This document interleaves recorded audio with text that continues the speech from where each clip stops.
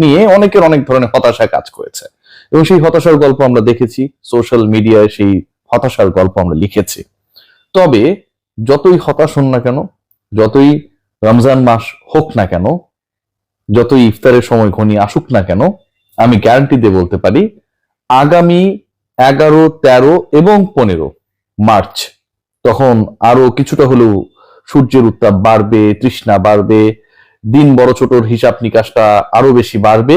কিন্তু আপনারা অবশ্যই মিরপুর শেরেবাংলা স্টেডিয়ামে হাজির হবেন, রমজান মাসে হাজির হবেন, ইফতারের প্রস্তুতি নিয়ে হাজির হবেন, খেলা দেখার জন্য, বাংলাদেশ দলের ওয়ানডে সিরিজ দেখার জন্য পাকিস্তানের বিপক্ষে।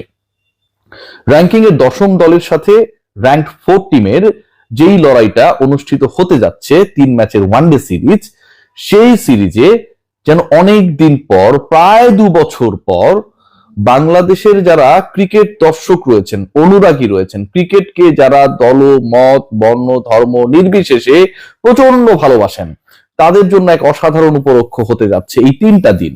এবং টিকিটের জন্য হাহাকার, লাইন, টিকিট প্রাপ্তির পর উচ্ছ্বাস কয়েক হাজার গুণ যে বেড়ে যাবে, তার কারণ, তার পেছনের কারণ, তার সবচেয়ে বড় কারণ হিসেবে কাজ করবে একটা ক্যারেক্টার, সাকিব আল হাসান। জাতীয় দলের জার্সিতে নিজের দেশে মার্চ মাসে সাকিব খেলার অপেক্ষায়, বাংলাদেশের ফেভারিট ফরম্যাট, যেই ফরম্যাটে এই মুহূর্তে বাংলাদেশ দলগতভাবে ভয়াবহ চাপের মধ্যে রয়েছে, সেই ওয়ানডেতে সাকিব আল হাসান আসছেন। বাংলাদেশ যেন নতুন প্রাণ স্পন্দন পাচ্ছে। Shakib is coming back, and Shakib is coming back after almost 18 months, এবং সেটা হতে যাচ্ছে মার্চের প্রথম সপ্তাহে। যেই আলোচনা, যেই ডিসকাশন আমি অনেক আগে করেছিলাম, এবং সেই ঘটনার বাস্তবায়ন আমরা দেখতে পাবো আর মাত্র 2 সপ্তাহের মধ্যে। সাকিব আল হাসান আসছেন জাতীয় দলের হয়ে আরো একবার খেলার জন্য। সাকিব আল হাসান আসছেন জাতীয় দলের হয়ে এমন একটা অবস্থায় খেলার জন্য যখন পুরো জাতীয় দল, ক্রিকেট, কূটনীতি সবকিছু একটা এলোমেলো অবস্থা। টি-20 বিশ্বকাপে বাংলাদেশের পার্টিসিপেশন নেই, ওয়ানডে র্যাঙ্কিং এ বাংলাদেশ র্যাঙ্ক 10, পরের বিশ্বকাপে বাংলাদেশ সরাসরি খেলতে পারবে কি পারবে না সেটা নিয়ে যখন ঘোর অনিশ্চয়তা, ঠিক তখন বাংলাদেশের অসংখ্য স্বর্ণালী সময়ের কান্ডারি Shakib Al Hasan is coming back after 18 months, জাতীয় দলের হয়ে খেলার জন্য, জাতীয় দলকে উদ্ধার করার জন্য, শেরে বাংলাকে আরো একবার বাঘেদের গর্জনে উচ্চকিত করবার জন্য। সব যদি ঠিক থাকে, সাকিব আল হাসানের এই আশাটা শুধুমাত্র ওই 3টা ম্যাচ খেলা না, সাকিবের এই প্রত্যাবর্তনটা আমার কাছে মনে হয় যে বাংলাদেশের ক্রিকেট ইতিহাসের সেরা প্রত্যাবর্তনগুলোর একটা হয়ে থাকবে। সাকিবকে ফেরানো নিয়ে নানা নাটকীয়তা আমরা দেখেছি। বাংলাদেশ ক্রিকেট বোর্ড মুখে মুখে অনেক কথা বলেছে, লিগ্যাল প্রসিডিউর নিয়ে তারা অনেকটাই আলস্যের মধ্যে ছিল। কালের কণ্ঠ রিপোর্ট করেছে, আমি আমার প্ল্যাটফর্ম থেকে রিপোর্ট করেছি, সাকিবকে নিয়ে অনেক কথা হয়, কিন্তু শেষ পর্যন্ত সাকিবের ওই লিগ্যাল ইস্যুস গুলো নিয়ে বাংলাদেশ ক্রিকেট বোর্ড এখনো কোনো কাজ করেনি। অবশেষে আগামীকাল পরশুর মধ্যে সাকিবের সেই লিগ্যাল প্রসিডিউর গুলো যেন আইন এবং ক্রীড়া মন্ত্রণালয় যুগপৎ ভাবে সমাধানের পথে এগিয়ে যায়, সে স্টেপ নিতে যাচ্ছে বাংলাদেশ ক্রিকেট বোর্ড। সাকিব আল হাসান আবারও তার বাঁহাতি ঘূর্ণিতে পরাস্ত করবেন বিশ্বের সেরা ব্যাটারদের। সাকিব আল হাসান আবারও ফ্লাইং বার্ডস এর মতো করে উদযাপন করবেন।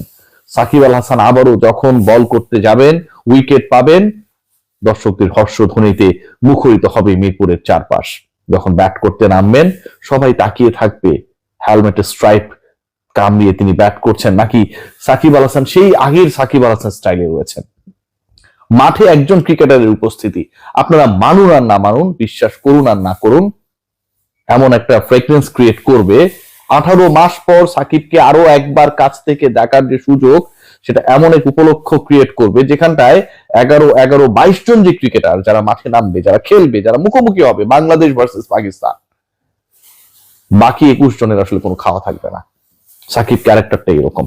সাকিবের ফ্রেগনেন্স যেন লিলি হুইপশিয়া বডি ওয়াশের মতো, এটা অনেকক্ষণ থাকে, চলে গেলেও থাকে, না থাকলেও থাকে, অ্যাটলিস্ট 72 ঘন্টা পর্যন্ত যেভাবে আপনার ময়েশ্চার ধরে রাখে, সাকিব আল হাসান যতক্ষণ খেলবেন, যতক্ষণ বল করবেন, যতক্ষণ ব্যাটিং করবেন, যতক্ষণ ফিল্ডিং করবেন, নিশ্চিত থাকুন মিরপুরের কানায় কানায়, টেলিভিশন সেটে, অনলাইনে, দেশের বাইরে, দেশের ভেতরে, সব জায়গায় সবার খোঁজ থাকবে, সবার খোঁজ নেওয়ার চেষ্টা থাকবে। আজকে সাকিব কত রান করলেন, কয় উইকেট পেলেন, সাকিবের প্রত্যাবর্তনটা কেমন হলো, ক্যাপ্টেন তাকে প্রপারলি ইউজ করেছে কি করে না, প্রতিপক্ষ কতটুকু চাপে ছিল, বাংলাদেশ কতটুকু স্বস্তিতে ছিল, প্রত্যেকটা আলোচনা, প্রত্যেকটা ডিসকাশন।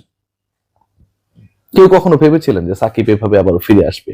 কেউ কখনো ভেবেছিলেন যে সাকিব আল হাসানের জন্য যারা বাংলাদেশে ক্রিকেট দেখবে না বলে নানা সময়ে প্রতিজ্ঞা করেছে এবং সেই ওয়াদা নিজেরাই ভেঙেছে, মুচকি হেসেছে, সেই তারা আবারও এই রমজান মাসে খেলা দেখার জন্য টার্গেট করবেন? ইফতার কি করবেন সেটার থেকেও বড় হয়ে যাবে যে ওই সময়টায় যদি খেলা চলে, ইফতারের পরবর্তী সময়ে কে ব্যাট করবে কে বল করবে সেটা যেন একটু দেখতে পারি। আমার কাছে মনে হয় it's going to be a beautiful time for Bangladesh cricket again. আমরা ওয়ানডেতে, টি-20-তে, টেস্টে মুশফিকুর রহিমকে আমরা দেখতে পাই, কিন্তু পঞ্চপাণ্ডবের কাউকে আসলে আমরা আর পাচ্ছিলাম না। সেই সাকিব ইজ কামিং ব্যাক। নিজের মতো করে যদি সাকিব ব্যাক করতে পারেন, বাংলাদেশ দলের জন্য এটা যে কতটা উপকারী হবে ইউ হ্যাভ নো আইডিয়া।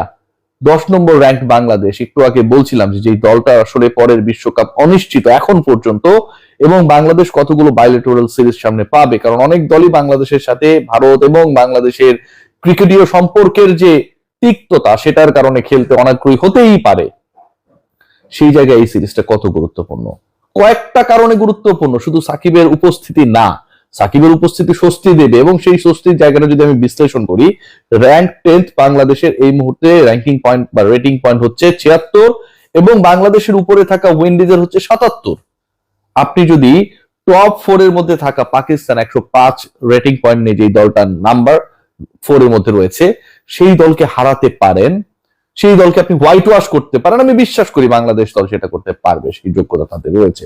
অথবা সিরিজটা জিততে পারেন, বাংলাদেশের পয়েন্ট বেড়ে 80-র কাছাকাছি হয়ে যাবে, বাংলাদেশের র্যাঙ্কিং 10 থেকে হয়ে যাবে 9, বাংলাদেশ উইন্ডিজকে টপকে যাবে, বাংলাদেশ অনেকটা 8 নম্বরে থাকা ইংল্যান্ডের কাছাকাছি চলে যাবে।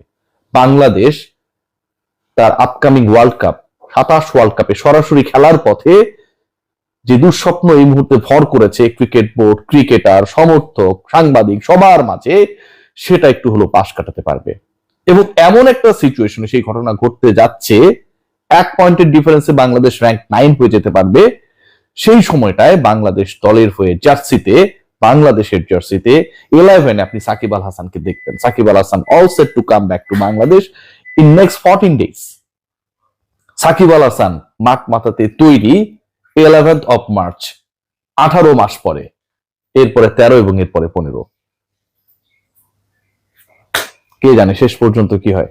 তবে বাংলাদেশের ক্রিকেটে যখনই দেয়ালে পিঠ থেকে গেছে, অথবা সাকিবের নিজেরও বিভিন্ন সময় মনে করে দেখবেন যে দর্শকের সাথে গ্যাঞ্জাম করেছে, ক্রিকেট বোর্ডের সাথে ঝামেলা হয়েছে, এনওসি নিয়ে প্যাচ লেগেছে, এই প্রেশার সিচুয়েশনস গুলোতে যখনই সাকিব আল হাসান ছিলেন, তিনি সব সময় তার বেস্টটা ডেলিভার দিয়েছেন। এই মুহূর্তে তিনি যতটা প্রেশারে, তাকে বাংলাদেশের দরকার তার থেকে কয়েক কোটি গুণ বেশি। এবং সেই সাকিব আল হাসান বাংলাদেশের কান্ডারি হয়ে বাংলাদেশকে পরের বিশ্বকাপে সরাসরি কোয়ালিফাই করার মিশনে মাঠে নামতে যাচ্ছেন মার্চের 11 তারিখ। সবাই ভালো থাকবেন।